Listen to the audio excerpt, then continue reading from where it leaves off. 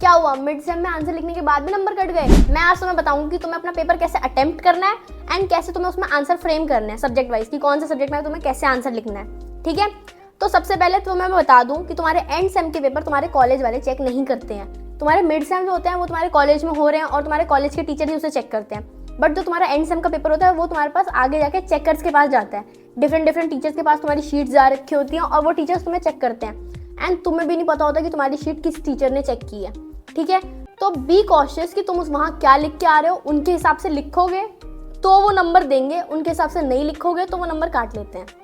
ठीक है, तो अपने दिमाग में ये चीज़ क्लियर रखना। यहाँ तो टीचर्स के पास शीट लेके चले जाते हो ना कि मैम यहाँ नंबर बढ़ा दो, यहाँ नंबर बढ़ा दो, मैंने लिखा तो है मैम, पैराग्राफ लिखा है, तो वहाँ नहीं जा पाओगे। ठीक है, तो मैं तुम्हें पहले बता दूँ कि क्वेश्चन पेपर को कैसे देखना होता है और कैसे उसे इंटरसेप्ट करना होता है कि मैं क्या क्या सॉल्व करूँ। क्वेश्चन पेपर मिलता है आईपीयू में, तुम्हें 10 मिनट पहले क्वेश्चन पेपर दे देते हैं कि तुम रीड कर लो उसे, स्क्रिबलिंग नहीं करने देते कि पेन पेपर मतलब पेंसिल वेंसिल कुछ यूज़ मत करना, तो मत करना भाई। वहाँ पे अपने एग्जामिनर से पंगे लेने की ज़रूरत नहीं है जो वहाँ पे ड्यूटी दे रहा है। बेटर अपने दिमाग में चीज़ें रखना कि दीदी मैंने देख लिया कि मुझे पेपर में 5 क्वेश्चन आते हैं, 2 नहीं आते हैं, 2 मैं बाद में सोच के लिख लूँगा, कुछ ना कुछ तो उसमें भी आता ही होगा, टॉपिक कभी सुना होगा, कुछ तो आंसर लिख पाओगे, बट जो 5 है वो दीदी मुझे शॉर्ट आते हैं, मैं एकदम मस्त आंसर लिख दूंगा उनका, तो वो 5 अपने दिमाग में बिठा लो। फिर जैसे ही शीट मिले ना, ये देखो कि सबसे ज़्यादा वेटेज वाला कौन सा क्वेश्चन है जो मुझे आता है, क्योंकि ऑलवेज रिमेंबर कि इट इज़ नॉट नेसेसरी कि तुम्हें क्वेश्चन पेपर जो है ऑर्डर में क्या कहते हैं अटेम्प्ट करना है।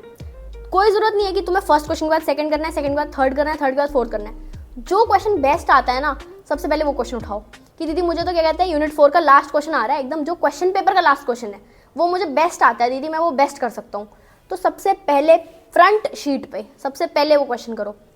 गुड इंप्रेशन पड़ता है क्योंकि तुम उसमें सब कुछ बता पाते हो। वो क्वेश्चन तुम्हें अपना बेस्ट आता होता है, तुम उसमें डायग्राम बना सकते हो, तुम उसमें अच्छे से एक्सप्लेन कर सकते हो, पॉइंटर्स दे सकते हो, फ्लो चार्ट बना सकते हो। तो पहले पेज पे हमेशा वो क्वेश्चन करना जो तुम्हें बेस्ट आता हो। दूसरी चीज़, हाई वेटेज क्वेश्चंस करो सबसे पहले, क्योंकि लास्ट में अगर तुम्हारा कोई क्वेश्चन छूट रहा है ना और वो ज़्यादा नंबर का है तो तुम्हें ज़्यादा टेंशन होगी कि यार 5 नंबर का क्वेश्चन है, मेरे पास टाइम नहीं बचा, मैं कैसे कर पाऊंगा। बट अगर कम नंबर का छूट रहा है तो तुम्हें इतनी टेंशन नहीं होगी, ठीक है यार 2 नंबर का अगर छूट गया तो कोई बात नहीं, मैं पूरा पेपर बाकी तो अटेम्प्ट कर पाऊंगा। इसीलिए हमेशा हाई वेटेज जो होते हैं ना 5 नंबर के, 6 नंबर के, ये क्वेश्चन सबसे पहले करो, मतलब उसमें भी सबसे पहले जो आते हैं तुम्हें वो वाले करो, एंड जो नहीं भी आते ना वो भी सबसे पहले बड़े वाले ही अटेम्प्ट करो, उसके बाद छोटे अटेम्प्ट करना। थर्ड चीज़, हमेशा अपने जो क्वेश्चन की लेंथ है ना वो मार्क्स के हिसाब से रखो। ऐसा नहीं तो कि तुम 6 नंबर में 1 पेज का लिख के आ रहे हो एंड तुम 2 नंबर में 2 पेज का लिख के आ रहे हो, कभी ये मत करना, नहीं तो एग्जामिनर को ये लगेगा कि बच्चे ने क्वेश्चन पढ़ा है ना क्वेश्चन के मार्क्स देखे हैं, बस उसको टॉपिक से जो आता है उसने सब लिख दिया है। तो कभी भी ये मत करना, हमेशा ट्राई करना कि तुम्हें जितने नंबर का क्वेश्चन दिया है उसके हिसाब से आंसर लिखो, कि अगर 6 नंबर का दिया है तो ठीक है यार 1.5 पेज कर देता हूँ मैं, और अगर 2 नंबर का दिया है तो मैक्स टू मैक्स 5 या 6 लाइन, ठीक है 5-6 लाइन, और एक छोटा सा डायग्राम बना दो अपने क्या कहते हैं टॉपिक से रिलेटेड। तो हमेशा अपने क्वेश्चन में ट्राई करो कि तुम फ्लो चार्ट्स इंक्लूड कर पाओ, कि ठीक है अगर मुझे इस टॉपिक में आता है कि मुझे एयर पोल्यूशन है, उसके 4 टाइप्स दे रखे हैं, तो मैंने 4 टाइप एक्सप्लेन कर दिए, air pollution, water pollution, noise pollution, soil pollution, जो भी है तुम्हारे। नीचे ना छोटा सा एक डायग्राम बना दो कि मेरा पोल्यूशन है और मैंने 4 पोल्यूशन डिस्क्राइब कर रखे हैं, तो ना एग्जामिनर को ये समझ आया कि बच्चा है, बच्चे को पता है कि पोल्यूशन के बारे में लिखना है, पोल्यूशन के 4 टाइप्स होते हैं, उसे चारों टाइप पता है, नाम पता है तुम्हें, चारों तुमने फ्लो चार्ट में लिख दिए, और चारों नाम तुम्हारे टाइटल में भी दिख रहे होंगे कि तुमने एक्सप्लेन कर रखे हैं। एक्सप्लेनेशन तुम्हारा कम भी होगा ना उस टाइम पे थोड़ा, कि तुमने सारे एक्सप्लेन नहीं करे ढंग से, तब भी टीचर बोलेगा कि बच्चे को चारों की नॉलेज तो है। ठीक है, तो ऑब्वियसली ट्राई करो कि फ्लो चार्ट्स इंक्लूड कर पाओ, जिस टॉपिक में डायग्राम है उसका डायग्राम इंक्लूड कर पाओ। मैंने कहा एकदम आर्टिस्ट बन जाओ दीदी, मैं तो बहुत ही अच्छी ड्राइंग बना दूंगा, मैं तो बहुत ही अच्छी ड्राइंग बनाता हूँ, वो मत करना, टाइम वेस्ट हो जाएगा। बेसिक डायग्राम जो उस टॉपिक से रिलेटेड होगा ना वो बना दो, ठीक है, बहुत अच्छा इंप्रेशन पड़ता है।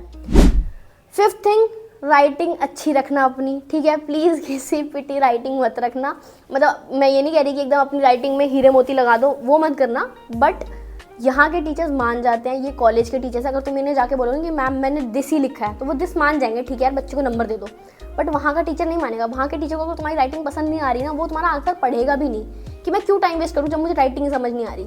तो प्लीज़ ट्राई टू डू कि इतनी लिखो कि टीचर को समझ आ जाए कि ठीक है बच्चे ने क्या लिखा है। नेक्स्ट चीज़, गैप्स छोड़ना प्लीज़, अगर एक क्वेश्चन खत्म हो रहा है तो उसके बाद गैप छोड़ो नेक्स्ट क्वेश्चन स्टार्ट करने से पहले, ताकि उसे दिखे कि बच्चे का यहाँ एक क्वेश्चन खत्म हुआ है और दूसरा क्वेश्चन उसने यहाँ स्टार्ट किया है, ठीक है।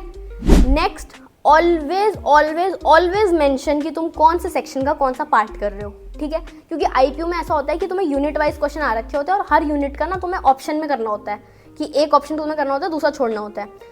तो ना वो टीचर को कैसे पता चलेगा तुमने कौन सा ऑप्शन किया है? तो हमेशा मेंशन करो कि मैं इस यूनिट का ये वाला पार्ट वाला ये क्वेश्चन कर रहा हूँ, ताकि टीचर को पता रहे कि बच्चे ने ये वाला अटेम्प्ट किया है, ये वाला छोड़ा है। क्योंकि टीचर के लिए जो तुम जितना ईजिली बनाओगे ना अपना पेपर चेक करना, वो उतना खुशी से वो पेपर चेक करता है। और ये बहुत ही ट्रू है कि टीचर को अगर पता चल रहा है ना कि बच्चे ने एकदम मेरे लिए ईजिली बनाया है, कि उसने हर चीज़ के बाद लाइन बनाई है, स्पेस छोड़ा है, या उसने हर चीज़ को मेंशन किया ये यूनिट का ए पार्ट है, ये यूनिट का बी पार्ट है, तो उसको अच्छा लगता है चेकिंग करना और वो जल्दी जल्दी चेक करता है। फिर ये तो हो गया तुम्हारा कि तुम्हें पेपर को कैसे इंटरसेप्ट करना है और कैसे अटेम्प्ट करना है। अब मैं तुम्हें बताऊंगी कि तुम्हें आंसर्स क्या लिखने हैं, कैसे लिखने हैं। मतलब ऐसा होता है कि तुम एक एक पेज का आंसर लिख लाए हो, लेकिन दीदी मार्क्स काट लिए मैम ने। क्यों काटे? क्योंकि उसमें तुम्हें पैराग्राफ नहीं लिखना था, उसमें तुम्हें पॉइंट्स लिखने थे। एंड कहीं कहीं भी होता है कि मैम ने मार्क्स काट लिए, तो क्योंकि वहाँ पे तुम्हें पैराग्राफ लिखना होता है बट तुम पॉइंट्स लिखाते हो एक एक लाइन के, तो इसलिए मैम वहाँ मार्क्स काट लेती है। तो तुम्हें पता होना चाहिए कि तुम्हें अपना पेपर कैसे अटेम्प्ट करना है। तो उसके लिए सबसे बेस्ट चीज़ होती है, यू शुड नो कि तुम्हारे टीचर्स ने तुम्हें क्या सजेस्ट किया है कि बेटा इस सब्जेक्ट में पॉइंट्स लिखने हैं, इस सब्जेक्ट में पैराग्राफ लिखने हैं। ये तुम्हें पता होना चाहिए। दूसरी चीज़ तुम्हें ये पता होना चाहिए कि तुम ओवर राइट तो नहीं कर रहे किसी टॉपिक को, कि दीदी मतलब उसमें पूछा, उसने टाइप्स है, मैं कुछ और ही लिखाया हूँ लेकिन टॉपिक इंक्लूड कर रहा हूँ। कि जैसे अगर मैं तुम्हें बोलूँ कि तुम्हें पॉल्यूशन बताना है, तुम एयर पॉल्यूशन बताओ, कि दीदी वो भी तो पॉल्यूशन ही होता है, बट तुमसे पॉल्यूशन पूछा है ना, कोर टॉपिक पूछा है, और तुम उसका एयर पॉल्यूशन डिस्क्राइब कराओ, तो ऐसे नहीं चलेगा। ये मतलब ये जो तुम्हें कॉन्सेप्ट तुम्हारे दिमाग में डाल रखा है कि बस पेज भराओ, ऐसा नहीं होता। पेज भरने हैं, आई अग्री टू डैट कि पेज भरने, अगर 6 मार्क्स का क्वेश्चन है तो तुम्हें 2.5 मतलब 2 पेज तो भरना पड़ेगा। बट इसका मतलब ये नहीं कि तुम रेलेवेंट ही ना लिखो, कुछ भी लिखो टॉपिक में से, तो ये मत करना, रेलेवेंट चीज़ें लिखना। अगर मैथ्स का पेपर है तो हर स्टेप में बताओ कि तुमने क्या किया है। टेकिंग डिफरेंशिएशन, टेकिंग लॉग, ये सब चीज़ें लिखने में कितना टाइम लगेगा? 2 से 3 सेकेंड लगते हैं। इतना कर लिया करो कि ठीक है मैं इतना लिख देता हूँ, मैम को पता चलेगा कि मैंने 4 स्टेप में डिफरेंशिएशन किया है, इतना लिख देता हूँ, मैम को पता चलेगा मैंने लॉग लिया है। लास्ट में मैथ के आंसर में हमेशा लास्ट में लिखा करो दिस इज द आंसर, या this is the answer of differential equation. Teacher के लिए इजी बनाओ ताकि वो खुशी से तुम्हारा पेपर चेक करे। ठीक है, तो समझ आ गया? ये सारी मतलब चीज़ें ना दिमाग में रखना अटेम्प्ट करते टाइम पेपर एकदम मतलब रैंडम पेपर अटेम्प्ट नहीं करना है कि मैंने कुछ भी करके आ गया हूँ दीदी और नंबर मिल जाएंगे मेरे को, मैं भर तो आया हूँ शीट, पूरी शीट भरा हूँ दीदी नंबर मिल जाएंगे। नहीं, कुछ चीज़ें दिमाग में रखो, ताकि एक बंदा होता है ना जिसके पास आपकी जितनी नॉलेज है, ये तुम हो, ये कोई और बंदा है सेम नॉलेज के, बट तुम्हें पता है कि पेपर कैसे अटेम्प्ट करना है, उसे नहीं पता, वो ऐसे रैंडम अटेम्प्ट करके आ गया।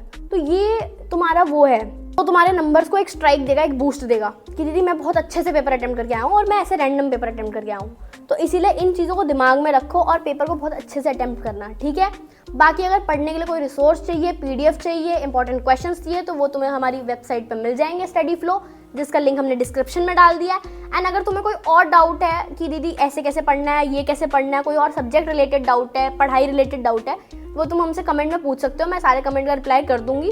एंड तुम चाहते हो कि दीदी इस टॉपिक पे आप वीडियो लाओ, कोई और टॉपिक है जिसमें तुम चाहते हो कि दीदी ये टॉपिक कवर करो आप वीडियो में, वो भी तुम कमेंट्स में बता सकते हो, हम वो भी कवर कर लेंगे। तब तक के लिए इस वीडियो को लाइक कर दो, हमारे चैनल को सब्सक्राइब कर दो, एंड तब तक के लिए पढ़ाई करते रहो।